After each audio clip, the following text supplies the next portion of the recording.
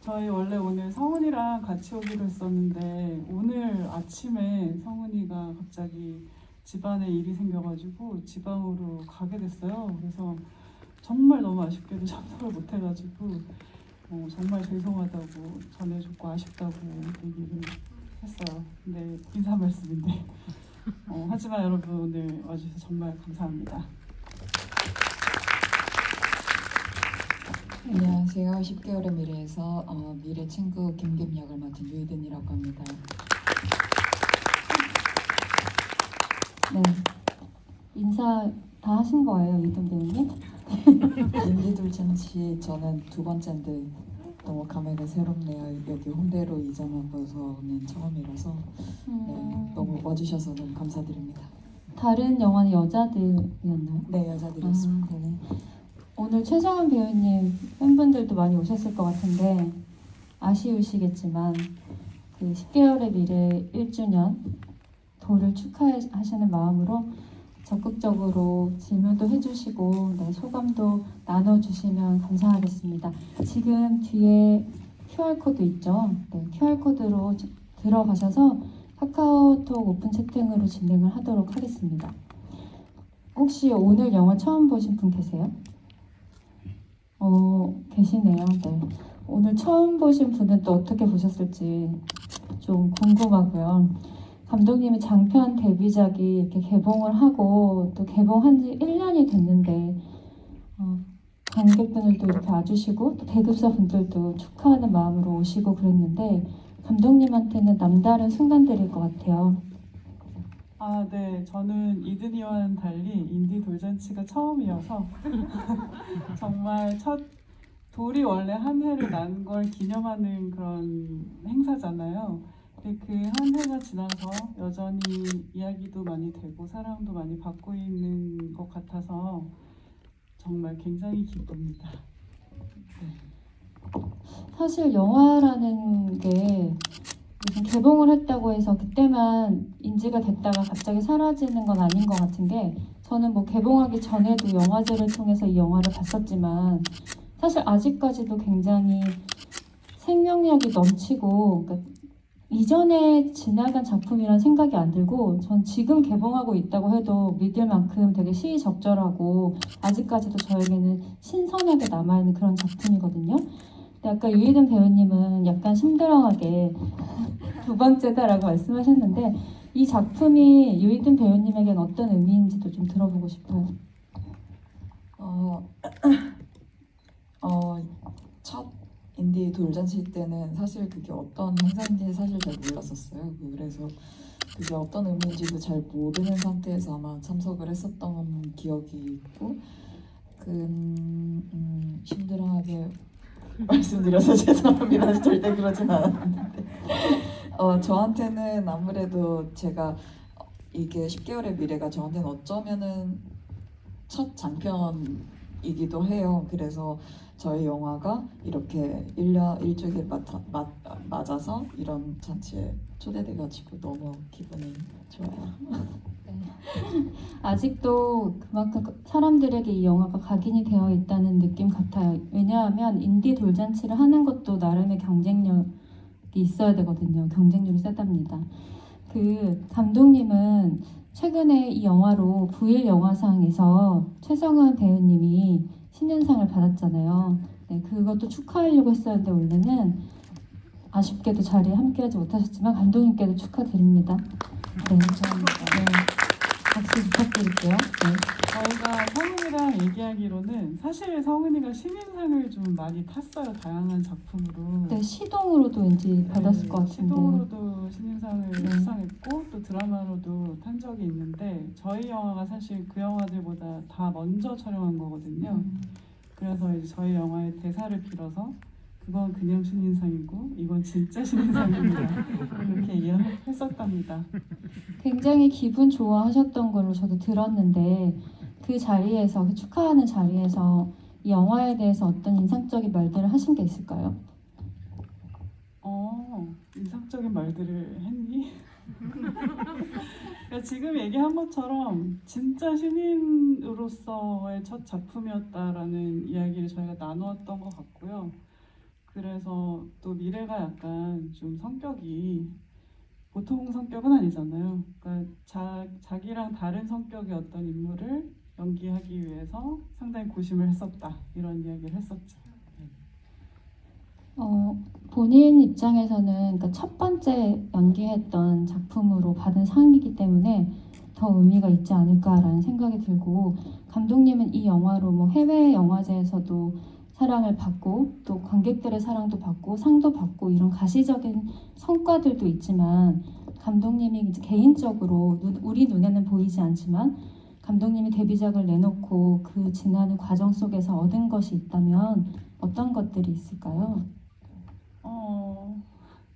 일단은 좀 자유로워진 게 있는 것 같아요. 그러니까 다른 뭐 데뷔작이라고는 하지만 제가 이 영화를 이런 데뷔작을 만들어야지라고 계획한 게 아니라 제가 보았던 혹은 제가 보았는데 제가 말해야만 하는 어떤 것을 해야 된다라는 이유 때문에 사실 작업한 거기도 하거든요. 그래서 그게 쉽지 않았지만 어쨌든 그걸 해내고 나니까 좀 다시 자유로워진 기분이 들고 좀 더 자유롭게 이제 원래 좋아하던 영화라는 것에 또 다시 뛰어들 수 있게 된 기분입니다. 사실 10개월의 미래로 감독님과 많은 인터뷰도 했었고 GV도 했었는데, 그때의 기억들을 다시 돌이켜보면 이 영화를 만드는 데 있어서 다사다난한 일들도 있었고, 또 임신한 여성이라는 소재로 영화를 만든다는 것이 그렇게 썩 환영받는 일만은 아니었던 것 같았고, 또 이 영화의 방향성이라던가 영화의 톤 앤 매너에 있어서도 여러 조언들을 거치면서 다양한 시나리오 버전을 통해서 지금의 이 모습으로 영화가 만들어진 것인데, 방금 말씀하셨던 부분이 그럼에도 불구하고 내가 하고자 했던 이야기를 관철시켜서 그 과정을 통과한 사람의 후련함 같은 걸로 이해해도 될까요? 그렇지 않을까요? 네. 그래서 뭔가 더 자신감이나 용기나 혹은 새로운 즐거움 같은 것들을 지금 다음 작품을 통해서 이제 다시 한번 시동을 걸어봐야지 라고 생각하시는 그런 느낌이 느껴지고, 사실 감독님이 오늘 인스타에 깜짝 발표하신다 그래가지고 무슨 발표일까 좀 궁금했었거든요. 혹시 차기작에 대한 건가요? 네, 맞습니다. 저희가 지금 곧 11월에 차기작을 촬영을 하게 됐는데요. 지금 이제 오늘 함께 하지 못한 성은이가 그 영화에 출연을 하게 됐어요. 그래서 그 얘기를 여기서 하면 재밌겠다라고 생각했어요. 왜냐면 그러니까 성은이가 이제 시나리오를 보고 어쩌다가 그걸 보게 됐는데 하고 싶다고 연락이 온 게 딱 10월 14일이더라고. 그래서 우리 영화 개봉일이네? 그러면 이거 얘기하면 왠지 좋을 것 같아. 이렇게 생각해서 네, 그것이 바로 깜짝 발표입니다. 같이 있었으면 너무 기뻐서 박수를 보내시는 것 같은데, 같이 계셨으면 더 재미있는 발표 소식이 되었을 텐데, 어떤 영화인지도 너무 궁금하고 그걸 언제 보고 볼 수 있는지 이런 것들도 궁금한데, 지금 아마 모든 걸 정확하게 말씀해 주실 수는 없을 것 같지만 그래도 이왕 발표하셨으니까 대략으로 얘기해 주신다면 어느 정도까지 얘기해 줄 수 있어요? 네, 저희 영화는 저 국가인권위원회에서 제작한 인권영화 시리즈가 있어요. 그게 한동안 제작이 되지 않다가 올해에 20주년이 벌써 됐더라고요. 그 20주년을 기념해서 독립영화 한 편을 찍게 되었고, 제목은 힘을 낼 시간이라는 영화입니다. 그리고 거기에서 성은이가 애매하게 성공하고 은퇴한 아이돌 출신 리더 역할을 맡게 되었습니다. 그럼 그 역할에서 그 아이돌 리더라고 했는데 포지셔닝이 뭐였어요? 그룹에서 포지션. 그룹에서 포지션은 서브 보컬. 잠시만요, 저 헷갈려요. 리드 댄서 이런 건가요? 그렇죠. 네. 리더, 서브 보컬, 서브 댄서, 뭐 이 정도입니다. 댄서도 보컬도 다 서브네요. 그렇습니다. 메인 래퍼였을 수도 있는데요. 아직 랩을 좀 안 해봐가지고. 그 기량과 역량에 따라서 조금 포지셔닝이 바뀔 수도 있을 것 같습니다. 인권위원회에서 만들어지는 영화이고 아이돌 얘기라고 하니까 뭔가 막 상상이 되면서 또 심지어 제목이 힘을 낼 시간이라고 하니까 굉장히 기대가 되는데 그럼 유희든 배우님은 안 나오나요? 저도 이제 감독님께서 시나리오를 보내주셨는데 제가 아직 다 검토를 하지 못한 상태라서 굉장히 네. 도도하시네요 오늘. 작품이 11월에 너무 많이 밀려 있어가지고 다 읽어보지를 못했다고 하네요. 하지만 왠지 뭐 카메오라도 출연하시게 되면 목소리라도 나중에 또 그러면 좋을 것 같은데 그냥 이어서 질문을 하나 더 드리면 장편 데뷔작에서 함께했던 주연 배우와 그 다음 작품에 또 연달아서 함께 작업을 하시게 된 건데 거기에 따른 어떤 고민이라던가 그런 요소는 있지 않았을까라는 생각도 드는데 네, 저희 이제 10개월의 미래 지브리 맞죠? 맞아요. 말씀 꺼내셨으니까 궁금하잖아요. 일단은 사실 저는 제가 이상한 별명이 있습니다. 영화계 신인 개발팀이라는 별명이 있고요. 그러니까 사실 전에 작업을 했던 바로 직전 작업을 했던 배우와 함께 작업을 하게 될 거라는 생각은 못 했었어요. 근데 성은이 그 역할을 하고 싶어 했고 그때 이제 욕심이 나더라고요. 또 지금까지 그러니까 저희 영화에서 보여준 모습과도 다르고 다른 작품에서 보여준 모습과도 다른 인물이기 때문에 그런 완벽하게 또 다른 인물을 보여주고 싶다라는 욕심이 생겼고 또 함께 공유하는 것들이 있어서 되게 든든하고 서로 어느 정도 알고 있기 때문에 그런 점이 굉장히 든든하게 느껴졌어요. 네. 그런데 지금 벌써부터 질문을 보내주시고 계신데요. 오늘 영화 처음 봤는데 세 분이서 어떻게 작업하게 됐는지 궁금하다라고 하셨어요. 그 아이디가 남궁선 감독님 사랑해요입니다. 세 분이라 하면 이든과 네, 그렇겠죠. 네, 최성원 네. 배우님. 작업을 하게 된 경위는 어쨌든 저희 영화 미래라는 인물이 먼저 존재했고 미래 친구 김김이라는 인물이 시나리오에 먼저 존재를 했는데 미래라는 사람을 누가 연기를 해야 될까 되게 열심히 캐스팅을 하다가 이제 만난 배우가 성은이었고요. 그게 되게 여러 가지를 필요로 하는 역할이었는데 그래서 찾기가 좀 어려운 배우였는데 성은이가 왔을 때 이 친구는 되겠구나 라는 생각을 해서 미래가 되었고 또 저희 영화의 김김은 사실 제가 이든 씨를 전에 여기저기서 본 적이 있었는데 그냥 이 사람이 김김일 것 같은데 그냥 저 사람이 내 영화에 있었으면 좋겠어 라고 생각해서 바로 그렇게 미팅을 해서 되게 좋은 향을 풍기면서 딱 저녁 때 계단을 걸어 올라왔던 기억이 나요. 네. 뭔가 김김이라는 역할에 유희든 배우가 이 세계관의 완성 이런 느낌으로 들리는데요. 그날 만난 날 어떤 향수 뿌리고 가셨는지 모르겠지만 첫 만남이 기억나세요? 네, 그 압구정에 이제 있었던 감독님의 사무실이었는데요. 되게 긴장하면서 갔었던 것 같아요. 그래서 긴장할 때 향수를 뿌리거든요. 나름의 위장 전술 같은 건가요? 네, 그렇습니다. 그래서 긴장을 하고 갔지만 처음 만났을 때 인상은 어땠어요? 저는 사실 오디션이나 이런 자리를 막 많이 다녔었을 때가 아니었어요. 지금도 그렇지만 근데 그때 이제 같이 이제 작업을 했었던 감독님께서 남궁선 감독님을 소개를 시켜주면서 이제 이런 작품이 있는데 혹시 해보실 생각이 없냐라고 이제 먼저 귀띔을 주셨고 그래서 연락이 갈 거다라고 해서 근데 저는 주로 단편 작업을 해왔기 때문에 장편 호흡을 제가 할 수 있을까 네, 그런 마음으로 가서 그냥 편하게 봤었던 것 같아요. 워낙 편하게 해주셔가지고 그래서 내가 될 수 있을까 이런 의심도 들었긴 했지만 바로 김김 역할을 할 수 있게 돼가지고 너무 재밌게 촬영했었던 것 같아요.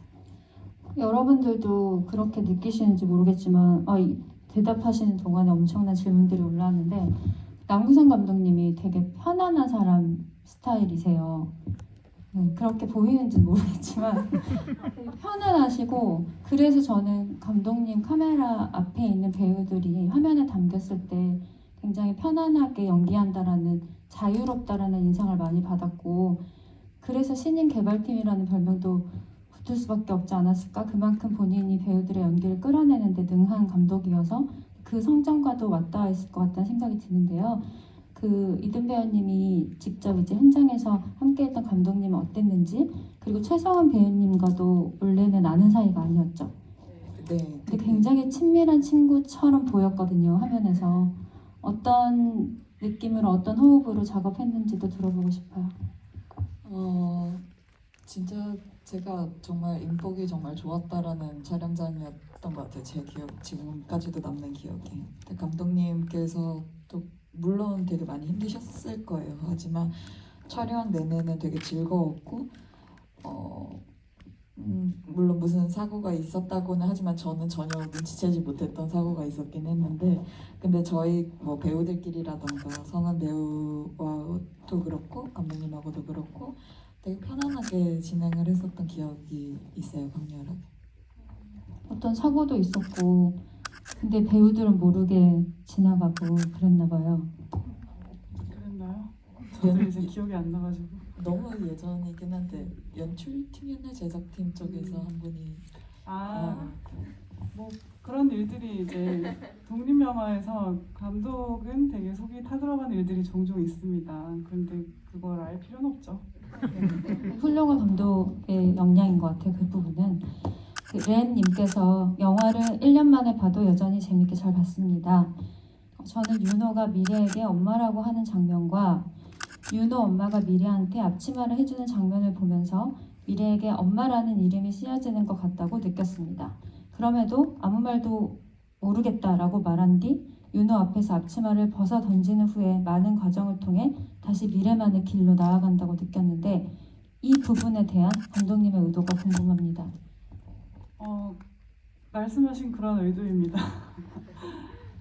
그 엄마라는 말을 처음 들었을 때 사람마다 다를 거야 아마. 엄마라는 어떤 말로 불리우기를 굉장히 기대하는 사람들도 있을 것이고 거기에 대한 어떤 생각을 가지고 그 말을 기다리는 사람도 있을 것이고 그 말이 너무나 낯설게 다가오는 경우도 있을 건데 이 미래가 느끼는 그 낯설음을 표현을 하고 싶었어요. 그러니까 내가 생각하던 엄마라는 개념도 있을 거고 뭐 어렴풋이 기대하고 있던 개념이 있을 텐데 다른 사람들이 나에게 그 말을 던질 때 그게 얼마나 내가 생각하는 거랑 달랐던 것인가? 라는 감각이 확 오는 순간들이 있어서 아마 그 두 가지의 순간이었을 거고요. 그게 그렇게 되게 특수하지는 않은 것 같아요. 굉장히 보편적인 상황인 것 같고 제가 이 영화 개봉했을 때 또 되게 저희 어머니들 뭐 나이 많으신 분들도 많이 보러 오셨거든요. 특히 저희 친척분들이나 관계가 있으신 분들이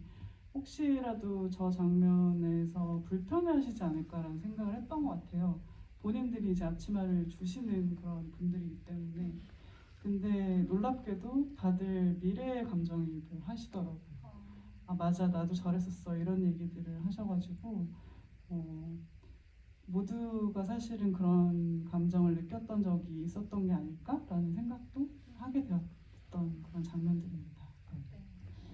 이 영화에 대한 평들을 대체로 들으면 굉장히 무거운 테마이자 뭐 소재를 재미있게 흥미롭게 표현해서 좋았다.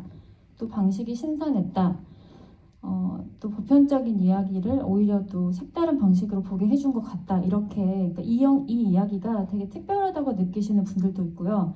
굉장히 보편적인 이야기라고 느끼시는 분들도 있는데 저는 그 미래가 느끼는 감정의 어떤 회색지대에 주목한 영화이기 때문에 그게 누군가한테는 굉장히 낯설어 보이고 또 주제적으로 생각하면 공감하지 못할 것도 아닌 그런 영화가 되었다고 생각이 들어요. 그래서 그 회색 시대들이 굉장히 다양하게 표현되어 있다고 해야 될까요? 그런 점이 이 영화의 저는 장점이라는 생각이 들었었습니다. 10개월의 밀회님께서 10개월이나 밀회를 돈이 다는 아니지만 70~80%는 된다라는 대사나 생각이 많으면 문제이고 돼지처럼 살 필요가 있다는 대사가 짜증나고 싫지만 반박하기도 힘든 생생한 말들이란 생각이 들었는데 어디에서 온 대사인지 궁금합니다. 아, 자, 첫 번째 거. 돈이 인생의 전부는 아니지. 한 7, 80%될 거야. 누군가가 지금 들었던 얘기로 저는 기억하고 있어요. 주변에서. 그냥 농담으로 한 얘기여서 그게 그냥 여기 주인공 여기서도 농담으로 하는 얘기지만 결코 그냥 웃기는 좀 어려운 농담? 약간 씁쓸한 농담이라고 생각을 했었고요. 생각을 하면은 안 된다였나요? 생각을 하면은 생각이 많으면 문제다. 생각이 너무 많으면 인간이 문제야. 이런 표현들도 어떻게 보면 계속 부딪히는 어떤 현실 감각인 것 같아요. 어른들이 그런 얘기를 종종 많이 하시잖아요. 너무 그렇게 깊이 생각하지 말라고 그러면은 못한다, 할 걸 못한다 이런 말씀들도 많이 하시는데 저희가 어쨌든 한 인간으로서 우리는 처음으로 한 인생을 살아가는 건데 당연히 생각을 해야겠죠. 근데 그게 사회나 주변과 나의 이 생각들이 부딪힐 때 듣게 되는 말인 것 같아요. 그래서 그냥 되게 현실적인 표현이라고 생각했어요. 그냥 내가 저 어른이라면 자기 입장에선 할 수 있을 말인데 듣는 사람에게는 그냥 내 존재 자체를 뒤흔들 수 있는 그런 표현이라고 생각을 했습니다. 감독님의 영화가 말맛이 좀 있죠. 대사 맛이 좋고 생생하죠. 그 10개월의 미래님께서 질문을 이렇게 끝내신 게 아니라요. 또 있어요. 그 산후 우울증을 겪던 돈 많은 언니, 그 선배 강미를 얘기하는 것 같은데 그 이후의 모습이 없어서 아쉬우셨대요. 뭐 우울증을 이겨냈다거나 혹시 촬영한 분이 있는데 편집이 되었는지 여쭤보셨습니다. 촬영부는 없고요. 사실 미래보다는 조금 더 걸리지 않을까라는 생각이 듭니다. 조금 약간 안정을 찾는 데 시간이 걸릴 수도 있다. 강미 같은 캐릭터는 아직 지금 직격탄으로 처음으로 어떤 폭격을 맞았기 때문에 사실 좀 비뚤어질 수도 있다고 저는 생각해요. 약간 이제 모성에 되게 집착을 한다거나 뭐 물질적인 거에 집착을 한다거나 조금 그런 막 인스타그램에 되게 화려한 사진들 올린다거나 그런 식으로 살고 있을 수도 있겠다. 근데 속으로는 아직은 행복을 찾지 못한 채로 살고 있을 수도 있겠다라는 상상이 좀 가는 인물입니다. 저에게는. 미안하네요, 강미. 강미가 자기와 닮은 사람을 사실 만나고 싶은 그런 열망으로 자기가 닮은 아이를 사실 임신해서 낳게 되었다라는 얘기를 하잖아요. 근데 그런 욕망을 발화하는 것이 남성들의 세계에서는 좀 있었던 것 같은데 어떤 여자 감독님이 이 영화를 보고 그런 평을 하셨었어요. 영화에서 우리가 여성의 저런 욕망을 직접 이렇게 목격하게 된 것도 처음이었다고. 그런 의미에서 저는 중요한 캐릭터였다는 생각이 들었어요. 이어서 질문들이 왔는데 되게 비슷한 맥락의 질문이어서 제가 해볼게요. 10개월의 미래님의 마지막 질문인데 혹시 백현진 님이 연기한 산부인과 원장님은 그 백현진 배우님을 염두에 두고 만든 인물일까요? 너무 찰떡이었다고. 다른 분들도 영화 속 역할과 실제 배우분들의 싱크로율이 얼마나 되는지 궁금하다고 하시거든요. 네, 일단은 그렇게 염두에 두고 쓴 캐릭터는 아니었고요. 사실 근데 역할을 제가 배우에게 맞추기 때문에 뭐 찰떡이어야죠, 당연히. 찰떡이어야 합니다. 원래도 좀 그런 역할로 쓰여있긴 했었는데 이제 모르겠어요. 저한테는 배우가 들어오면은 그 인물은 또 바뀌는 거라고 생각을 하거든요. 그래서 이제 성은이의 미래도 그렇고 이든이의 김김도 그렇고 백현진 씨의 산부인과 의사도 그렇고 결은 다 조금씩 비슷했지만 이제 이 사람에게 붙을 때는 좀 인물이 달라지는 것 같고요. 그렇기 때문에 모두가 찰떡일 수밖에 없다라고 생각을 합니다. 그러면 배우가 캐스팅되고 나서 시나리오를 다시 한번 다 수정을 하시는 편인가요? 네, 그러니까 기본적으로 수정을 하기도 하고요. 그 배우의 특성에 따라서 이제 인물이 좀 흘러가는 방향도 달라지는 것 같아요. 그래서 그렇게 싱크로율이 높게 느껴졌나 봅니다. 유이든 배우님 사랑해요 라고 쓰신 분께서 김김이라는 캐릭터를 보고 있으면 저도 김김 같은 친구가 있었으면 좋겠다는 생각이 들어요. 유이든 배우님과 김김은 얼마나 닮아 있나요? 저도 김김 같은 친구가 있었으면 좋겠네요. 싱크로율 당시 때 제가 27이었던 것 같은데 27 정도였던 것 같은데 그때 제 상태랑 그렇게 썩 막 다르진 않았었던 것 같아요. 그때 저도 음악을 너무 좋아했고 또 실제로 술집에서 아르바이트를 하고 있었고 그런 어떤 그 김김이 갖고 있는 그런 환경적인 것들이 저랑 되게 맞닿아 있는 것들이 많았어서 그 김김을 구축할 때 되게 재밌었고 또 이제 미래라는 친구가 어쨌든 임신을 한 상태로 이제 저에게 이렇게 얘기를 했을 때 사실 싸우는 장면이 있었거든요. 그래서 되게 근데 저도 사실은 제 주변에서는 아직까지는 임신을 한 친구를 만난 적은 없어요. 근데 정말 그때 상상을 많이 했던 것 같아요. 내가 정말 친한 친구가 이렇게 부득이하게 어떤 일로 임신을 하게 됐다면 이거를 굉장히 많이 좀 떠올렸었던 것 같고 그러면서 이제 성은 배우의 미래를 보면서 다가갔었던 것 같습니다. 그 유이든 배우님도 김김 같은 캐릭터가 친구가 있었으면 좋겠다라고 하셨는데 방금 약간 설명해 주셨지만 어떤 상을 그리면서 연기하신 것 같아요? 그냥 제일 그나마 이제 소상공인으로 나오잖아요. 거기서 정말 자영업을 하고 있는 그 친구라서 되게 하루하루가 되게 벅차게 살고 있지만 그래도 그렇게 그 벅차게 살고 있지만 그 속에서 제 것이 있기 때문에 이거를 그 구도시라는 술집을 운영을 할 수가 있고 뭔가 그런 힘들이 원동력이 생기지 않았을까. 그래서 제일 좀 다른 의미로 다른 여성상으로 열심히 살아가고 있는 지금 현대 여성으로 좀 많이 다가갔었던 것 같아요. 그 싸우는 장면이 있었다고 했는데 어떤 식의 갈등이었는지 감독님은 기억하세요?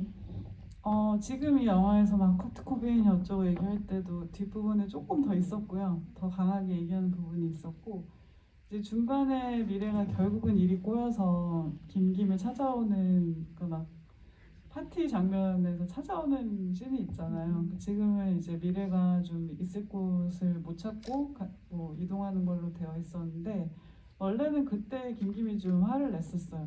어차피 내 말 안 듣더니 이제 와서 어쩌라는 거냐고.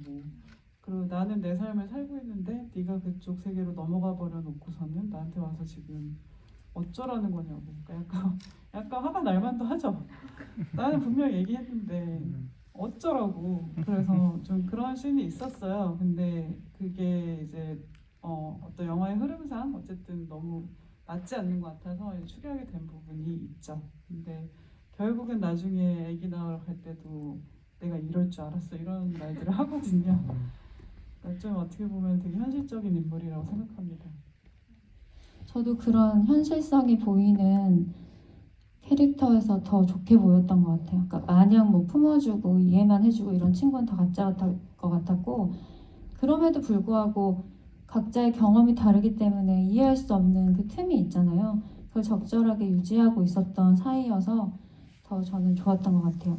튜브 낀 튜브님께서 영화 처음 봤는데 너무 재밌게 잘 보셨다고 합니다. 윤호는 채식주의자지만 돼지 농장에 일하러 가야 되는 아이에 대한 책임감에서 그 가부장제에서 겪는 청년 남성의 고뇌가 잘 느껴졌다고 생각했어요. 그럼에도 윤호는 미래에게 엄마잖아 라는 말을 하기도 하는 등 가부장제에서 벗어나지 못한 모습을 보이기도 하는데 이런 캐릭터를 어떻게 설정하게 되셨는지 궁금합니다. 윤호의 경우에는 윤호는 되게 미래랑 거울상이라고 저는 생각을 하거든요. 그리고 저희 영화에서는 이제 예산이 부족해서 못 만들었지만 본인도 약간 청년 사업가였단 말이에요. 워낙 강렬한 채식주의자여서 이제 되게 유기농으로 야채를 키워서 만드는 그런 기계를 개발한다. LED 같은 걸로요? 네. 저의 영화 찍을 당시엔 그런 게 별로 없었어서 제가 피칭하고 다니면 사람들이 너무 이상하다고 막 이랬었는데 지금 잘 팔리고 있더라고요.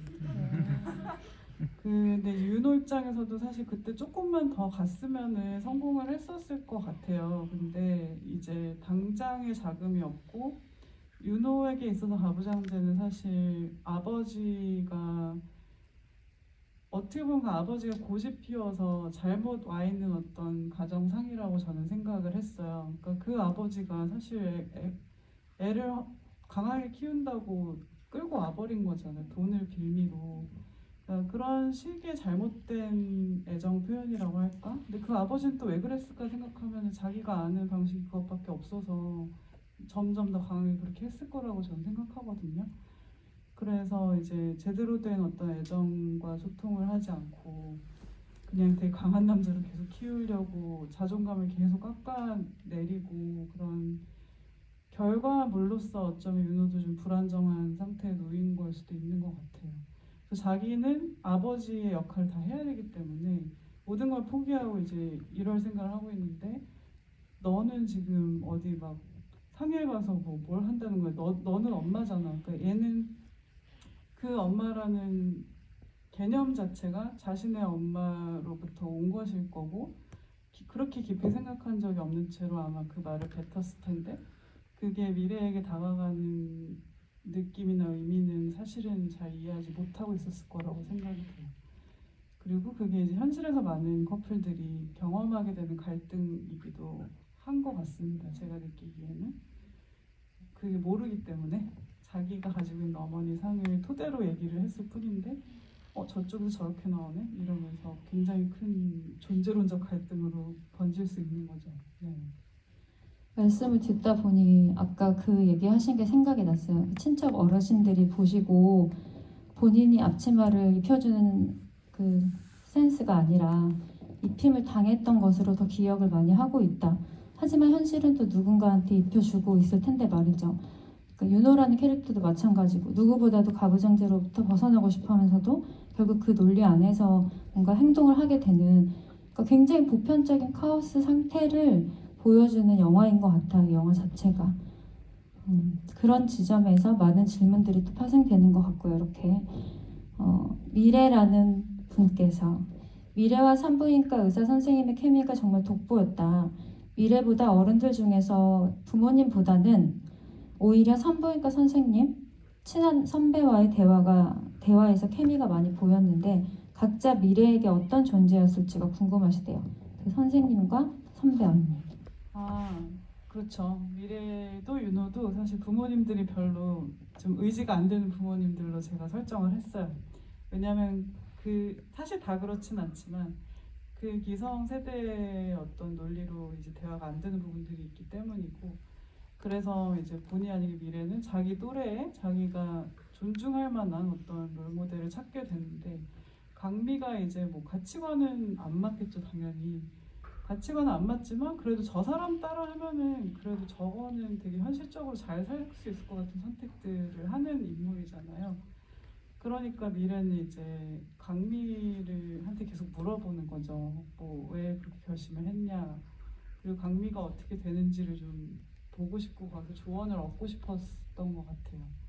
근데 이제 그런 강미가 갑자기 한 방에 훅 무너지니까 굉장히 큰 절망을 느끼게 되는 것 같고 오히려 산부인과 의사는 성별도 남성이고 굉장히 직업적으로 제한적인 어떤 조언이랄까요? 조언이라고 하기에도 너무나 성긋는 말들밖에 하지 않는데 다른 모든 사람들이 다 이렇게 의지가 안 되고 뭐 옆에 있는 남자친구도 바로 갈등이 되고 막 부모님도 다 뭔가 자기랑 이해관계가 있지 친구도 막 감정적으로 마음 상하지 막 그런 격동 속에서 사실은 그냥 팩트만 칼같이 전달해주는 이 산부인과 선생님의 굉장히 극도로 보수적인 이 발언들이 오히려 미래에게는 기댈 곳이 되는 그런 그림이 되는 게 아니었나 싶습니다.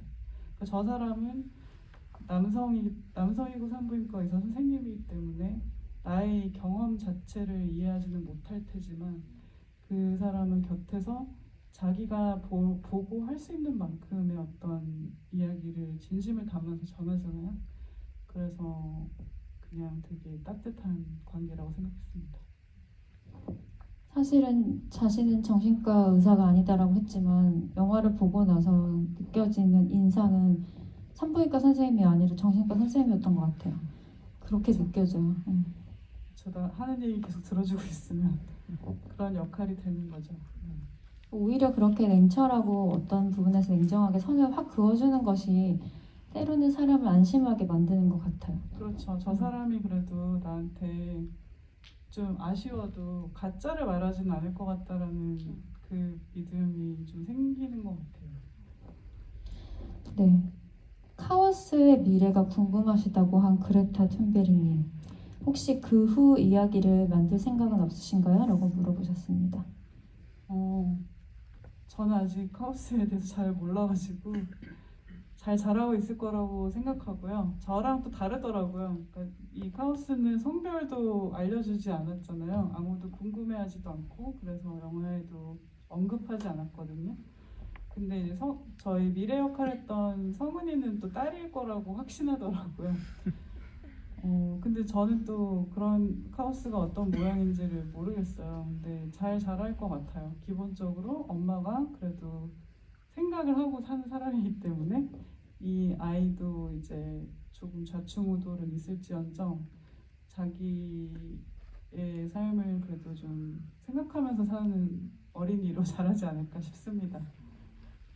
저는 감독님이 이 얘기 하기 전까지는 딱히 성별을 한 번도 생각해 보거나 그것이 나오지 않는다고 해서 궁금해지는 지점조차 없었거든요. 그런 측면에서는 또 엄청 급진적인 영화이네요, 감독님. 근데 아무도 안 궁금해하길래 그냥 처음부터 끝까지 내버려 뒀어요. 왜냐면 그 얘기를 하기 시작하면 또 여러 가지 현실적으로 막 들어오는 게 있으니까 좋습니다. 그걸 아예 안 궁금하게 만들어 놨다는 것 자체가 감독님의 의도 속으로 모든 것이 잘 설계되어 있었다는 생각이 들어요. 네. 카오스라는 태명이 현 상황을 가장 잘 나타내주는 태명이지만 윤호가 지어준 태명이잖아요.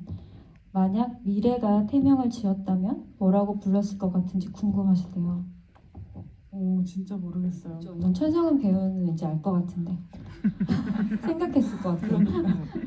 근데 윤호랑 같이 지은 거라고 저는 생각해요. 그 둘은 커플이잖아요. 사실 저희는 싸운 것만 봐가지고 되게 좀 떨어져 있는 상태만 봤는데 그 얘기 정도는 통하는 어떤 감수성이었다고 생각하거든요.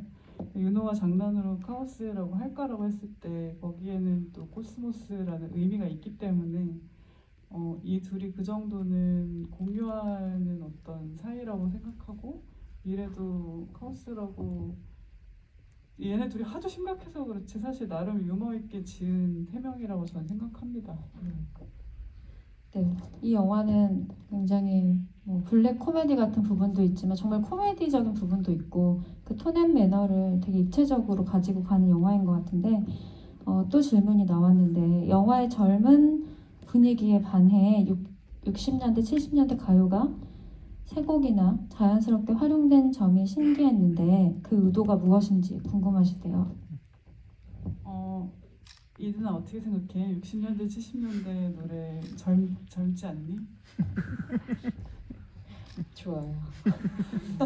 그냥 뭔가 그 아이러니가 그 코믹한 그 톤앤 매너에서의 아이러니를 표현하기에 현재적인 어떤 곡보다는 그 가사가 있는 옛날 곡이 좀 재미있을 거라고 저는 생각을 했었어요. 그래서 어떻게 보면 막 되게 엄청난 의미를 갖고 썼다기보다는 이렇게 표현하면 재밌네 라고 생각해서 이렇게 써봤습니다. 그 당시에 이제 그 곡을 들으면서 사셨던 분들은 되게 의아해 하시더라고요. 어르신들은 약간 다 좋은데 곡들에서 좀 몰입력이 깨진다. 자기가 아는 노래들이니까. 혹시 10개월의 미래님이 어르신인가요? 아닐 수도 있고요. 네. 그거를 영화에서 처음 봤을 때 이든님의 느낌은 어땠어요? 저는 음악을 워낙 좋아하기 때문에 편식이 없이 들어서 저는 방금 감독님 말씀하신 것처럼 가사가 가지고 있는 그런 옛날 음악이라고 하기는 옛날 음악이라기보다는 그 당시 때 가지고 있는 그런 가사들 이런 것들이 되게 귀하잖아요, 요즘에. 그래서 요즘 친구들도 옛날 음악들을 많이 듣기도 하고, 뭐 이거는 그냥 제 그냥 개인적인 소감이지만, 그랬을 때 그런 장면들에서 오히려 되게 좀 재밌게 풀 수 있는 음악이지 않았었을까라고 생각해요. 그런 뭐 진지한 음악이라던가 그런 뭔가 다른 영화에서 볼 법한 그런 영화 사운드가 나온다면은 그냥 그렇게 지나갔을 것 같은데, 음악이 주는 힘이 되게 강했던 것 같아요. 네, 아무래도 조금 더 시적인 노래들이 많았고 또 가사가 귀에 쏙쏙 들어오는 가사이기 때문에 사실 또 다른 의미에서 대사의 어떤 기능도 하고 있는 노래들이 아니었나 싶습니다. 미래 10개월님께서 처음 영화를 볼 때 중간에 나오는 싸가지 없는 학생이 임산부를 혐오하는 애라고 생각했는데 지금 보니 마지막에 하는 대사나 돼지의 비유를 생각하면 미래의 자식이거나 아니면 고전 소설에 나오는 선문답을 하는 노인 같다는 느낌도 들었다고 하시네요. 이 캐릭터 어떻게 구성하셨는지. 그 캐릭터는 제가 살면서 만났던 인물을 바탕으로 하였고요. 그냥 어떤 애가 이제 훨씬 더 어린 초등학생 친구가 그렇게 하더라고요. 근데 사실 미래처럼 전혀 화를 내지는 못하고 또 그게 애한테 화낼 일인가 싶기도 하고, 그러니까 타일러서 막 이렇게 불러서 타일러가 엄마가 얘기해줘야 될 일인 것 같은데 그 어린 애가 이제 그런 말을 하고 가니까 속으로는 이제 미래가 했던 말 같은 것들이 막 떠오르는 거죠. 야, 너 내가 누군지 알아? 너 지금 나랑 내가 네 나이였어? 막 이런 생각들이 있었어서 그게 웃겨가지고 이제 넣었고, 또 그런 말들을 듣는 사람의 이 경험을 좀 이해시켜보고 싶기도 했어요. 이러니까 저렇게 다다다다 하지 이렇게 막 툭툭 배 찌르고 가고 이러시는 분들도 있고 그렇거든요. 그래서 생각보다 굉장히 보편적인 일이다. 그런데 극적으로는 미래가 인생에서 좀 진 적이 없는데 계속 지는 설정이었어요. 그때는 면접도 이상한 면접 보러 다니고, 그러니까 길에서 만난 중학생 정도는 이겨야 되는데 이기려고 미래가 이렇게 한 거잖아요. 근데 또 져버렸다. 왜냐면 뭐 아줌마인 나처럼 안 될 것 같아요. 거기서 이제 진 거죠. 이게 무슨 배틀이었으면 진 거라고 저는 생각하거든요. 약간 그냥 좀 재밌게 그렇게 설정을 한 것도 있습니다. 사실 이런 상황들이 실제로는 더 자주 빈번하게 혹은 더 센 강도로 벌어질 수 있는 일인데 영화로 딱 들어왔을 때는 오히려 이것이 더 강도가 세다고 느끼시는 분들도 계실 것 같기는 해요. 감독님은 현실에서는 어떻게 넘어가셨어요? 저는 그냥 아무 말도 못했죠. 그냥 아유 저 친구야. 너그러운 척? 네. 너도 살아보면은 네가 지금 무슨 소리 하는지 알겠지. 네. 그렇게 생각했지만 속으로는 내가 누군지 알아? 이런 느낌이었습니다. 네. 가타라는 분께서 선배의 무너진 모습, 산모의 사망, 주변인과의 갈등 등으로 불안하고 두려움이 컸을 것이고 사실 처음부터 낳고 싶은 게 아니었음에도 미래가 카오스를 낳기로 결심한 계기가 무엇이었다고 생각하시는지. 저는 이 질문에 대답하기 항상 좀 어려운데요. 별로 결심을 하지 않았던 것 같긴 하거든요. 그러니까 그게 좀 어떻게 보면 이 영화의 불편한 지점일 수 있다고 생각해요. 결심을 했기 때문에 아이를 낳았다라는, 우리 모두가 그렇게 믿어야지 마음이 편해지잖아요. 근데 미래는 결심을 한 순간이 따로 있지는 않았던 것 같아요. 그냥 이미 선택을 할 수 없는 순간에, 어느 정신 차려보니 선택을 할 수 없는 순간에 놓였다고 저는 보았고, 그래서 그것도 결심이라고 할 수 있다면 거기에서 도망갈 방법이 없는데 그냥 그걸 받아들이기로 결심한다 정도의 이야기였을 것 같고요. 그거를 받아들였기 때문에 윤호랑 싸웠을 때 이렇게는 안 되겠다 하고 떠나는 행동을 하게 된 것 같아요. 그러니까 결심은 떠나는 게 결심이겠죠. 떠날 결심. 그건 이미 이걸 받아들였기 때문에 이제는 할 수 있는 선택. 그 전까지는 답보 상태이기 때문에 어떻게 못하다가 이제는 안 되겠다. 이건 결정을 해야 된다. 라는 어떤 순간이 왔던 게 아닐까 싶습니다. 감독님이 감독님의 이제 의도나 해석에 대해서 얘기를 하셨는데 이든 배우님은 어떻게 생각하세요? 저희 제목이 10개월의 미래잖아요. 그리고 그 초반에 이제 그 불법으로 이렇게 어떻게 어떤 다른 방법을 선택해 보려고 상담을 받았었던 이런 것들도 그렇고, 당시 미래 극중 나이가 20살 후반이고 자기가 하던 일이 있고 이런 상태를 봤었을 때 정말 많은 기로에 놓여 있는 상태였기 때문에 어떤 결단을 내린다라는 게 되게 정말 제가 그냥 관객으로 봤을 때도 그냥 디입했을 때 너무 답답할 것 같더라고요. 근데 시간은 어쨌든 흘러가고 그 시간이라는 거는 굉장히 생명을 계속 기르는 시간도 되잖아요. 그랬을 때 10개월에 저희가 계속 타이틀로 몇 주 후, 몇 주 후, 몇 주 이렇게 뜨는데 그게 굉장히 미래한테는 데드라인처럼 뭔가 다가오지 않았었을까. 근데 답을 모르겠는 그런 데드라인이 왔을 때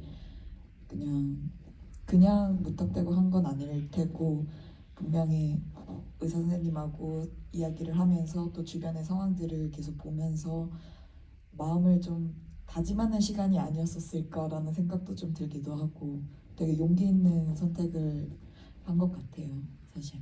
네, 오히려 선택지가 너무 많았으니까 더 어려웠을 것이다 얘기하신 것 같고, 감독님도 그런 캐릭터의 어떤 성향이나 선택하는 과정이 누군가한테는 불편한 지점일 수도 있다고 말씀하셨는데, 이게 상업 영화였다면 절대 이런 식으로 캐릭터가 움직이지 않았겠죠.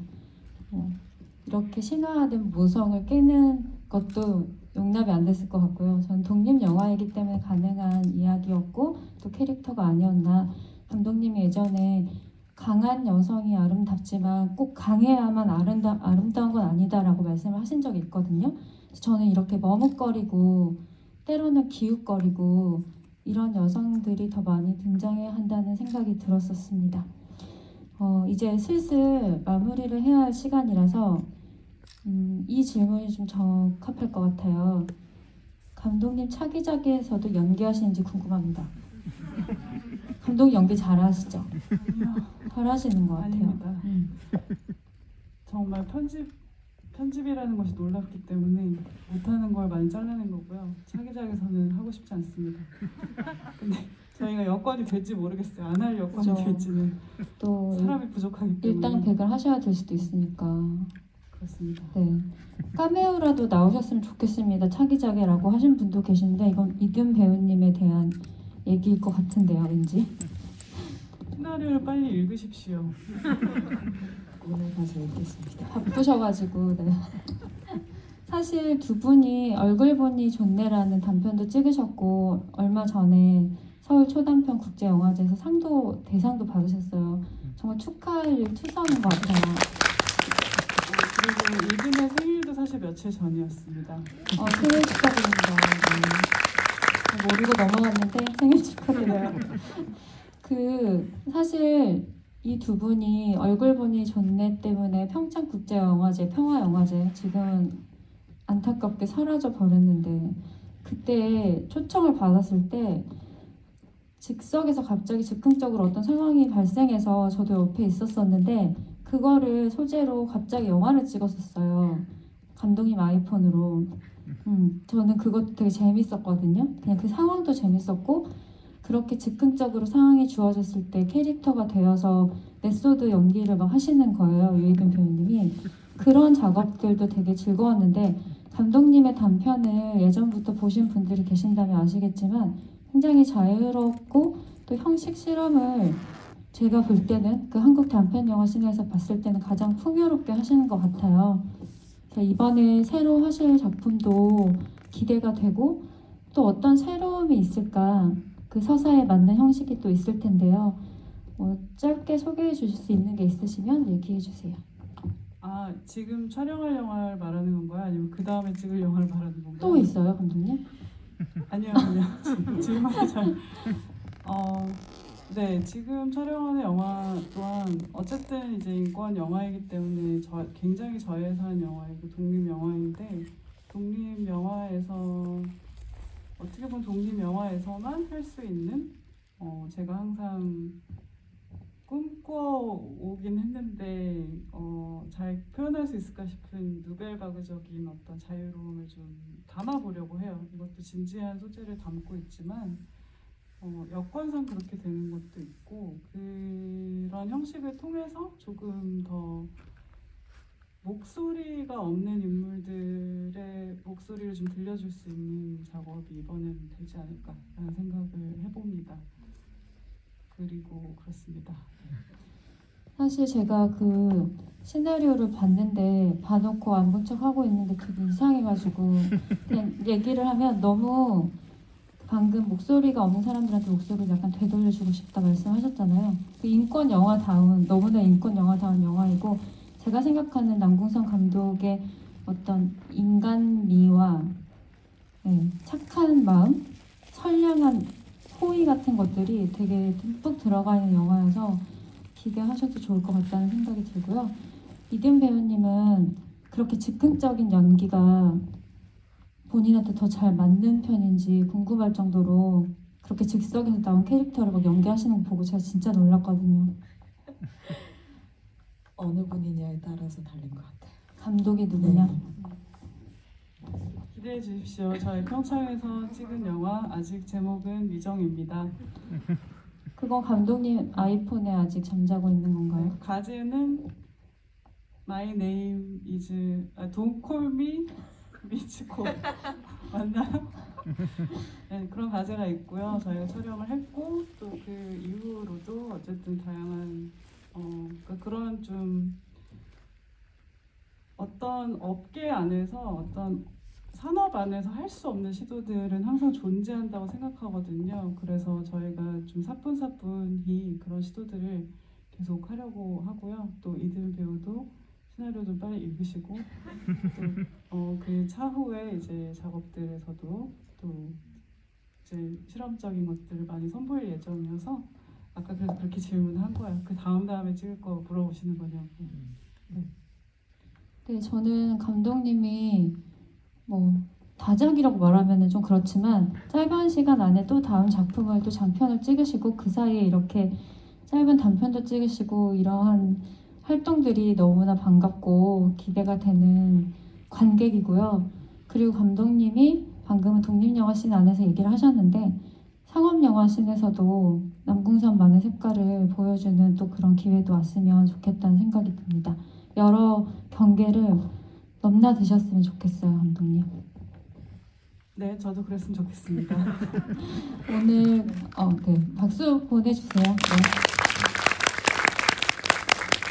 오늘 차분하게 이야기가 진행되어서 영화에 대한 얘기도 좀 많이 한 것 같고 감독님과 배우님과 두루두루 이야기를 나눈 것 같았는데 여러분들에게 좋은 시간이 되셨길 바라고 마지막 인사를 들어볼게요.